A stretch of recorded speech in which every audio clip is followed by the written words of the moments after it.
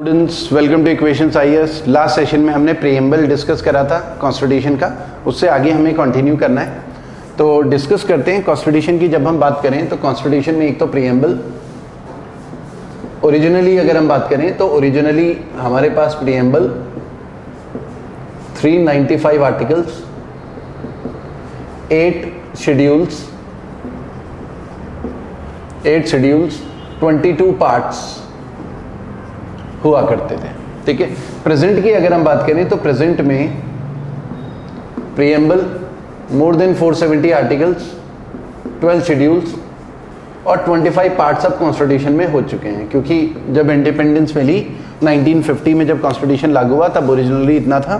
उसके बाद से बहुत सारे अमेंडमेंट्स हो चुके हैं, तो अब कॉन्स्टिट्यूशन में काफ़ी चेंजेस हो गए हैं, तो शेड्यूल भी इंक्रीज हो चुके हैं। तो स्टूडेंट्स लास्ट सेशन में हमने प्रीएम्बल वगैरह डिस्कस करा। अभी हमने ये डिस्कस नहीं करा है आर्टिकल्स या पार्ट्स। इन्हीं पार्ट्स में ये आर्टिकल्स कवर होते हैं। ठीक है, ये हम जब शेड्यूल करेंगे उसके बाद सीधे पार्ट 1 में आएंगे, फिर पार्ट 2, पार्ट 3, इस तरीके से 25 पार्ट्स डिस्कस करने वाले हैं। उसी में आर्टिकल्स भी कवर होते हैं। अब शेड्यूल्स जो है इन दोनों से डिफरेंट कैसे है, देखो है क्या, हमारे कॉन्स्टिट्यूशन में जो आर्टिकल्स लिखे हुए हैं वो आर्टिकल्स ना बहुत ज़्यादा डिटेल में नहीं है। ठीक है, तो शेड्यूल्स में उन्हीं चीज़ों को थोड़ा डिटेल में मेंशन करा है। ठीक है, जैसे अगर हम बात करें पार्ट 1 स्टेट से यूनियन टेरिटरी से रिलेटेड है। ठीक है, उसी में आर्टिकल्स हैं 1, 2, 3, 4। लेकिन जब हम स्टेट से यूनियन टेरिटरी की बात करें तो आर्टिकल्स में ना बहुत डिटेल में नहीं है कि इंडिया में कितने स्टेट्स, उनकी जोग्राफिकल बाउंड्री, वो पूरा डिटेल में नहीं है। वो सारी चीज़ें डिटेल में फिर शेड्यूल 1 में है। ठीक है, तो शेड्यूल में ज़्यादा डिटेल में मेंशन किया गया है चीज़ों को, वही चीज़ें जो कि अलग अलग कॉन्स्टिट्यूशन के पार्ट्स में या आर्टिकल में थोड़ा ब्रीफ में मेंशन किया गया है। ठीक है, या हम बात करें शेड्यूल में राज्यसभा की सीट्स के बारे में है कि इंडिया में कौन से स्टेट या कौन सी यूनियन टेरिटरी से कितनी राज्यसभा की सीट्स हैं, उनकी जोग्राफिकल बाउंड्री के ऊपर है। Union list, state list, concurrent list के बारे में डिटेल में है। ठीक है, या फिर हम बात करें शेड्यूल्ड एरिया या फिर जो ट्राइबल एरिया है, उनका गवर्नेंस किस तरीके से होना है उसके बारे में है शेड्यूल्स में लिखा हुआ। पंचायती राज के बारे में भी है डिटेल में। ठीक है, म्यूनसिपैलिटी के बारे में भी है। तो बेसिकली शेड्यूल्स में कौन सी चीज़ें कवर हो रही है, जो चीज़ें ऑलरेडी 25 पार्ट्स या 470 आर्टिकल्स में कवर्ड हैं, उन्हीं को शेड्यूल में थोड़ा डिटेल में अलग से मेंशन किया गया है। तो स्टूडेंट्स प्रीएम्बल हम लास्ट सेशन में डिस्कस कर चुके हैं। आज हम शेड्यूल्स जो है वो डिस्कस करने वाले हैं कॉन्स्टिट्यूशन का। ठीक है, उसके अलावा स्टूडेंट्स अगर आपको ये वीडियो पसंद आता है तो लाइक जरूर करें, और जो भी स्टूडेंट्स हमारे चैनल में न्यू हैं हमारे चैनल को सब्सक्राइब जरूर करें। ठीक है, उसके अलावा आपको ये सारे के सारे वीडियोस जो हैं हमारे मोबाइल ऐप में भी मिलेंगे। इक्वेशंस आईएएस मोबाइल ऐप है जिसे आप डाउनलोड कर सकते हैं गूगल प्ले स्टोर से, जिसमें आपको बहुत सारे फ्री वीडियोस भी मिलेंगे और पेड वीडियोस भी अवेलेबल होंगे। ठीक है, लाइक जरूर करें वीडियो को अगर आपको पसंद आता है तो स्टार्ट करते हैं। ये जो शेड्यूल्स है हमारे 12 शेड्यूल, तो फर्स्ट शेड्यूल में आते हैं। फर्स्ट शेड्यूल हमारे कॉन्स्टिट्यूशन का जो फर्स्ट शेड्यूल है उसमें list of states and territories के बारे में, यूनियन टेरिटरीज के बारे में, list of states and territories के बारे में पूरा डिटेल में है। ठीक है, इसमें यूनियन टेरिटरी भी इंक्लूडेड है। इसमें जो हमारा नॉटिकल माइल्स, जो टेरिटोरियल वाटर होता है, वो वाला एरिया भी इंक्लूडेड है। तो सारी चीज़ें इंक्लूडेड है, डिटेल में है इसमें। मतलब हर एक स्टेट का नाम, कितना जोग्राफिकल बाउंड्री है, सारी चीज़ें डिटेल में मेंशन है शेड्यूल में। आर्टिकल्स में इतना डिटेल में मेंशन नहीं है। तो फर्स्ट शेड्यूल जो है हमारे कॉन्स्टिट्यूशन का, list of states and territories of India, ये कवर होता है पहले शेड्यूल में। ठीक है, सेकेंड शेड्यूल की अगर हम बात करें तो सेकेंड शेड्यूल की अगर हम बात करें तो इसमें सैलरीज ऑफ प्रेसिडेंट की सैलरी। ठीक है, उसके अलावा गवर्नर की सैलरी, प्रेसिडेंट की सैलरी, गवर्नर की सैलरी, उनके बारे में डिटेल में है। या स्पीकर लोकसभा, स्पीकर या डिप्टी स्पीकर लोकसभा, चेयरमैन या डिप्टी चेयरमैन राज्यसभा, चेयरमैन या डिप्टी चेयरमैन राज्यसभा, देखिए हमारे कॉन्स्टिट्यूशन में वाइस प्रेसिडेंट की सैलरी कुछ नहीं है, वाइस प्रेसिडेंट को सैलरी मिलती है as a chairman of Rajya Sabha, ठीक है। तो ये आपको ध्यान रखना है, वाइस प्रेसिडेंट को सैलरी मिलती है as a chairman of Rajya Sabha, as a vice president salary कुछ नहीं, ठीक है। तो चेयरमैन, डिप्टी चेयरमैन राज्यसभा, उसके अलावा हाई कोर्ट सुप्रीम कोर्ट जजेस salary, high court supreme court जजेस, ठीक है। तो इन सबकी सैलरी वगैरह जो है वो सेकंड शेड्यूल में डिटेल में मेंशन है, ठीक है। तो सेकंड शेड्यूल में ये सारी चीजें हैं। फिर हम बात करें थर्ड शेड्यूल की।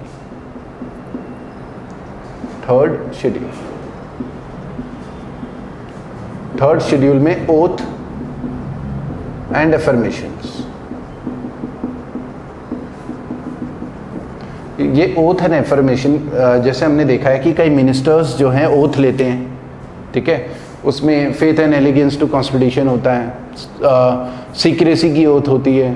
तो ये सारी ओथ एंड एफर्मेशन जो है थर्ड शेड्यूल में है। Oath and affirmations of MP, member of parliament, MLA, ठीक है, एमएलसी की बात करें या मिनिस्टर्स की बात करें जिसमें प्राइम मिनिस्टर भी इंक्लूडेड है, यूनियन मिनिस्टर्स, यूनियन मिनिस्टर, ठीक है, स्टेट मिनिस्टर्स, या फिर oath and affirmation of high court supreme court जजेस, ठीक है। एक इंपॉर्टेंट चीज आपको ये ध्यान रखनी है कि इसमें प्रेसिडेंट की ओथ कवर नहीं होती, प्रेसिडेंट, वाइस प्रेसिडेंट और गवर्नर की ओथ इसमें कवर नहीं होती। प्रेसिडेंट, वाइस प्रेसिडेंट और गवर्नर की ओथ कॉन्स्टिट्यूशन के मेन बॉडी में है, ठीक है। जब हम प्रेसिडेंट पढ़ेंगे, वाइस प्रेसिडेंट पढ़ेंगे, गवर्नर पढ़ेंगे तो वहीं आर्टिकल में ही मेंशन है इनकी ओथ। तो शेड्यूल में इनकी ओथ नहीं है, शेड्यूल में प्रेसिडेंट, वाइस प्रेसिडेंट, गवर्नर की ओथ नहीं है, ये एग्जाम में आया है तो ये आपको ध्यान रखना है। बाकी जो प्राइम मिनिस्टर की ओथ होती है, मिनिस्टर्स की ओथ होती है, चाहे स्टेट लेवल हो, सेंट्रल लेवल हो, ठीक है, या as a member of parliament हो या फिर एज ए एमएलसी हो, उन सबकी ओथ जो है हमारे कॉन्स्टिट्यूशन के थर्ड शेड्यूल में मेंशन है, ठीक है। फोर्थ शेड्यूल में आते हैं। फोर्थ शेड्यूल में details of allocation of seats to Rajya Sabha, details of allocation of seats to Rajya Sabha. देखिए हमें पता है कि राज्यसभा की 245 सीट्स हैं। आगे अभी हमने राज्यसभा भी पढ़ना है, अभी तो कॉन्स्टिट्यूशन स्टार्ट ही हुआ है, हमने प्रीएम्बल करा है, उससे पहले हिस्टोरिकल बैकग्राउंड वगैरह डिस्कस करा था, ठीक है। सारे वीडियोस आप देखिए, एक बार ये सारे वीडियोस आप देख लेंगे तो काफ़ी बेटर अंडरस्टैंडिंग हो जाएगी इंडियन पॉलिटी की, ठीक है। मैं अपनी तरफ से कोशिश कर रहा हूँ कि बहुत सिंपल लैंग्वेज में समझाऊंगा आप, ठीक है। हाँ, तो allocation of seats to Rajya Sabha, total 245 Rajya Sabha की सीट्स है। अब किस स्टेट से कितनी होंगी वो सारी चीज़ें जो हैं पूरा डिटेल में फोर्थ शेड्यूल में मेंशन्ड है। जैसे उत्तराखंड से 3 राज्यसभा की सीट हैं, ठीक है, तो अलग अलग सबसे ज़्यादा यूपी से होंगी, 31 के करीब हैं, ठीक है, राज्यसभा की सीट्स। तो अलग अलग स्टेट से अलग अलग नंबर है राज्यसभा की सीट से, उनकी कॉन्स्टिट्यूएंसी वगैरह पूरा डिटेल में फोर्थ शेड्यूल में मेंशन है। फिफ्थ शेड्यूल में आते हैं। फिफ्थ शेड्यूल, फिफ्थ शेड्यूल में हमारे पास administration and control of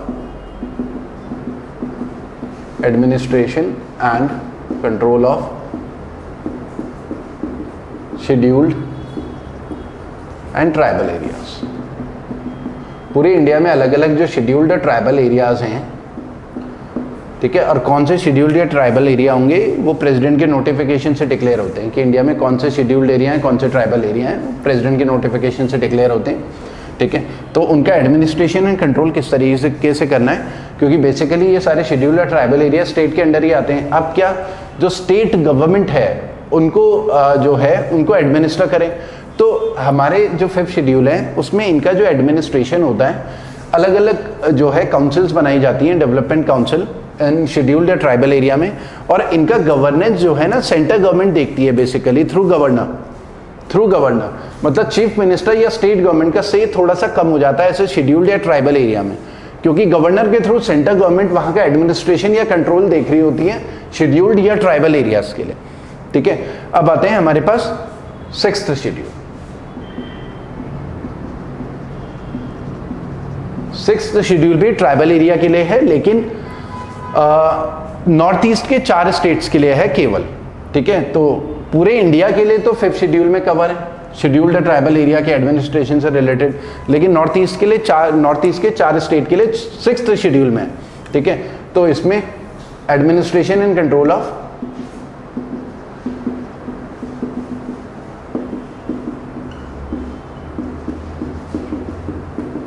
tribal areas in Assam, Meghalaya, Tripura and Mizoram. ठीक है, तो ये 4 स्टेट इसमें कवर होते हैं। इन 4 स्टेट का जो है 6th शेड्यूल में जो भी ट्राइबल एरिया है उनका एडमिनिस्ट्रेशन एंड कंट्रोल कौन देखेगा, जैसा कि हमने 5th शेड्यूल में डिस्कस करा था। इनका फिर से यहाँ की सरकारें नहीं देखेंगी, इनका administration and control in tribal areas का, इन स्टेट्स में जो ट्राइबल एरियाज हैं। ठीक है, पूरे स्टेट का नहीं, इन स्टेट्स में जो अलग अलग जगह ट्राइबल एरिया डिक्लेयर होगा कॉन्स्टिट्यूशन के, ये प्रेसिडेंट के गजट के हिसाब से, तो वहां पर सेंट्रल गवर्नमेंट एडमिनिस्ट्रेशन देख रही होगी थ्रू गवर्नर। ठीक है, तो 6th शेड्यूल में मेंशन है। उसके अलावा एग्जाम में जो शेड्यूल से रिलेटेड क्वेश्चंस आए हैं, 7th शेड्यूल के बाद वाले ज्यादातर क्वेश्चंस आए हैं कि 7th शेड्यूल में क्या है। देखो 7th शेड्यूल की अगर हम बात करें तो 7th शेड्यूल में यूनियन लिस्ट, स्टेट लिस्ट और कॉन्करेंट लिस्ट। कॉन्करेंट लिस्ट, ठीक है। यूनियन लिस्ट का मतलब है इनमें वो वाले सब्जेक्ट्स हैं जिनके ऊपर लॉ केवल सेंट्रल गवर्नमेंट या पार्लियामेंट बना सकती है। ठीक है, पार्लियामेंट ऑफ इंडिया बना सकता है। स्टेट लिस्ट में वो वाले सब्जेक्ट्स हैं जिनके ऊपर लॉ स्टेट लेजिस्लेचर बना सकता है, और कॉन्करेंट लिस्ट में वो वाले सब्जेक्ट्स हैं जिनके ऊपर लॉ पार्लियामेंट भी बना सकता है, स्टेट लेजिस्लेचर भी बना सकता है, और कॉन्फ्लिक्ट के केस में यूनियन का लॉ माना जाएगा। अगर कोई कॉन्ट्राडिक्शन होता है, जो भी पार्लियामेंट ने लॉ बनाया है या स्टेट ने जो लॉ बनाया है, उस केस में, कॉन्फ्लिक्ट के केस में यूनियन का लॉ माना जाएगा। ठीक है, तो ये 7th शेड्यूल में है। इसमें 100 सब्जेक्ट हैं, इसमें 61 हैं और इसमें 52 हैं। ठीक है, इतने सब्जेक्ट्स हैं। इसके एग्जाम्पल भी समझ लेते हैं कि यूनियन लिस्ट, जैसे अगर हम बात करें कंट्री के डिफेंस की, तो डिफेंस से रिलेटेड कोई भी लॉ वगैरह पास करना है तो parliament of India. State government, state legislature में कोई लॉ नहीं बना सकती कि यहाँ पर बॉर्डर को इस तरीके से प्रोटेक्ट करना है। ठीक है, या अलग से बॉर्डर को प्रोटेक्ट करने के लिए फोर्सेस बनानी है। तो स्टेट गवर्नमेंट डिफेंस से रिलेटेड या एटॉमिक एनर्जी से रिलेटेड लॉ नहीं बना सकती, सिटीजनशिप से रिलेटेड लॉ नहीं बना सकती, करेंसी नोट के प्रिंटिंग से रिलेटेड लॉ नहीं बना सकती। ठीक है, स्टेट गवर्नमेंट, ये सब सेंटर यूनियन लिस्ट में आता है, ये यूनियन की एक्सक्लूसिव पावर्स होती हैं। ठीक है, तो आप खुद से समझ सकते हैं, रेलवे से रिलेटेड हो गया, बहुत सारी चीजें ऐसी हैं जिस एक्सक्लूसिव पावर यूनियन गवर्नमेंट के पास है। एक्सटर्नल अफेयर हो गया, वो यूनियन के पास एक्सक्लूसिव पावर्स होती हैं। ये हम आगे डिस्कस करेंगे जब हम स्टेट्स में पहुंचेंगे। ठीक है, या सेंटर स्टेट रिलेशन में पहुंचेंगे तो उस समय डिस्कस करेंगे कि कौन कौन से सब्जेक्ट्स ऐसे हैं जिसमें सेंटर बना सकता है लॉ और किन में स्टेट बना सकता है। स्टेट की अगर हम बात करें तो लॉ एंड ऑर्डर से रिलेटेड जो पुलिस होती है, स्टेट पुलिस, उससे रिलेटेड लॉ बना सकते हैं। ठीक है, स्टेट लिस्ट में, या लैंड से रिलेटेड, लैंड पॉलिसी से रिलेटेड लॉ बना सकते हैं, वो स्टेट लिस्ट में आता है। ठीक है, कॉन्करेंट लिस्ट में दोनों लॉ बना सकते हैं। कॉन्करेंट लिस्ट में जैसे एजुकेशन हो गया, फॉरेस्ट हो गया, ठीक है, इसके ऊपर दोनों के दोनों लॉ बना सकते हैं। एजुकेशन हो गया, फॉरेस्ट हो गया, तो अलग अलग जो है लिस्ट में सब्जेक्ट्स मेंशन है कि किसमें कौन लॉ बना सकता है। बेसिकली पावर्स डिवाइडेड है। ठीक है, 8th शेड्यूल की अगर हम बात करें तो 7th शेड्यूल भी कई बार एग्जाम में आया, इसमें यूनियन लिस्ट, स्टेट लिस्ट और कॉन्करेंट लिस्ट डिटेल में मेंशन। 8th शेड्यूल में हमारे कॉन्स्टिट्यूशन की 22 ऑफिशियल लैंग्वेजेस हैं। 22 ऑफिशियल लैंग्वेजेस हैं। ठीक है, तो हमारे यहाँ टोटल 22 ऑफिशियल लैंग्वेजेस है। ओरिजिनली ये ध्यान रखना है कि ओरिजिनली 14 थी, ओरिजिनली 14 लैंग्वेजेस थी ऑफिशियल। ठीक है, ये आपको ध्यान रखना है। और हमारी कोई नेशनल लैंग्वेज नहीं है। जैसे वो डिबेट कई बार चलती है ना कि हिंदी हमारी नेशनल लैंग्वेज है, तो नेशनल लैंग्वेज हमारी कोई नहीं है। ठीक है, ऑफिशियली कोई नेशनल लैंग्वेज नहीं है, केवल ऑफिशियल लैंग्वेज है हमारे यहाँ 22। ठीक है, अलग अलग स्टेट की रीजनल लैंग्वेजेस भी है, हिंदी भी है। ठीक है, इंग्लिश भी ऑफिशियल लैंग्वेज बनी हुई है। ठीक है, तो 8th शेड्यूल में हमारे पास 22 ऑफिशियल लैंग्वेजेस हैं। 9th schedule,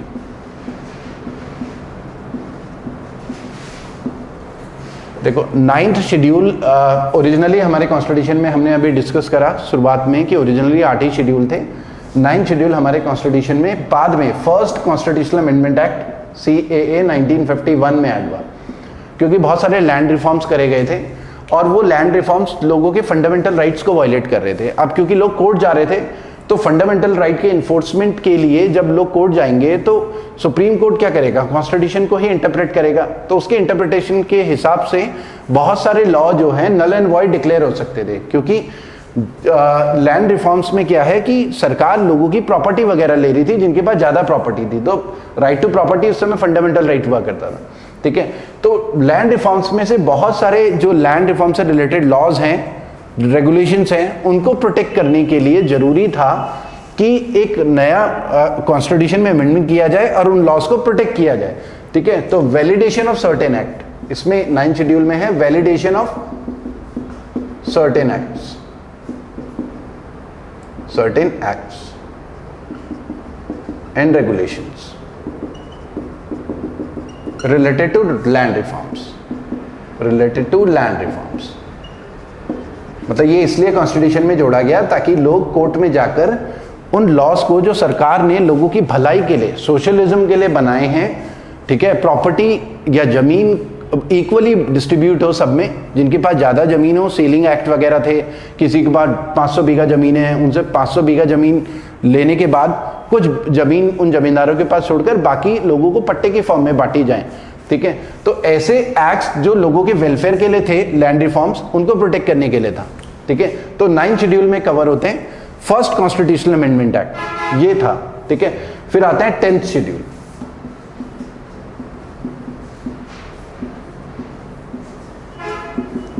10th schedule, 10th schedule जो है एंटी डिफेक्शन लॉ है, एंटी डिफेक्शन लॉ। ये जोड़ा गया है 52nd CAA 1985 से, 52nd कॉन्स्टिट्यूशनल अमेंडमेंट एक्ट 1985 से। डिफेक्शन क्या होता है? डिफेक्शन एक पॉलिटिशियन जो है किसी और पॉलिटिकल पार्टी के इलेक्शन सिंबल पे इलेक्शन लड़ने के बाद जीत जाए, जैसे बीजेपी के टिकट पे इलेक्शन लड़ा और जीत गया, और इलेक्शन जीतने के बाद पार्टी चेंज कर दे, तो उसे बोलते हैं डिफेक्शन। ठीक है, तो पहले क्या होता था, हॉर्स ट्रेडिंग बहुत होती थी, एमएलए या मेंबर ऑफ पार्लियामेंट उनकी खरीद फरोख्त होती थी। बहुत सारे, क्योंकि करप्शन तो हर जगह है, तो बहुत सारे जो नेता लोग हैं, पॉलिटिशियंस हैं, वो क्या कर रहे थे, पाला बहुत बदल रहे थे, तो उससे क्या है, इनस्टेबिलिटी, पॉलिटिकल इनस्टेबिलिटी कंट्री में आती है। तो इसलिए एंटी डिफेक्शन लॉ पास हुआ कि कोई भी मेंबर ऑफ पार्लियामेंट या एमएलए जो है, अगर किसी पॉलिटिकल पार्टी के टिकट पे इलेक्शन लड़ता है, जीतता है, तो इजीली वो अपनी पार्टी ना चेंज कर सके, उसकी एक लॉयल्टी बनती है पार्टी की तरफ, क्योंकि जिस पार्टी के सिंबल पे वो जीता है, ठीक है, एक पार्टी की आइडियोलॉजी पे लोगों ने वोट दिया है, तो जीता है, तो वो पार्टी ना बदल सके। तो इसलिए एंटी डिफेक्शन लॉ आया था 10th शेड्यूल हमारा कॉन्स्टिट्यूशन का। ठीक है, तो एक तो ये ध्यान रखना है। उसके अलावा 11th शेड्यूल में आते हैं, ये जो 7th, 8th, 9th, 10th, 11th schedule है, ये जो है ये ज्यादातर एग्जाम में पूछे गए हैं, ज्यादातर एग्जाम में 11th शेड्यूल में आते हैं। 11th शेड्यूल, ठीक है, 11th शेड्यूल हमारा जो है कॉन्स्टिट्यूशन में ऐड हुआ 73rd constitutional amendment act 1992, 73rd constitutional amendment act 1992, पंचायती राज। पंचायती राज, वैसे तो पंचायती राज हमारे कॉन्स्टिट्यूशन का एक पार्ट था ओरिजिनली, लेकिन बहुत डिटेल में नहीं था। ठीक है, तो फिर पंचायती राज एक ज़्यादा डिटेल में मेंशन किया गया है 11th शेड्यूल में। ठीक है, हालांकि आर्टिकल्स में भी कई चीज़ें हैं, लेकिन वो काफ़ी ब्रीफ में है। तो 11th शेड्यूल में पंचायती राज से रिलेटेड पूरा स्ट्रक्चर जो है पूरा बनाया गया है। ठीक है, तो 11th शेड्यूल में पंचायती राज है, जो कि 73rd कॉन्स्टिट्यूशनल अमेंडमेंट एक्ट 1992 में ऐड हुआ है। ठीक है, 12th शेड्यूल,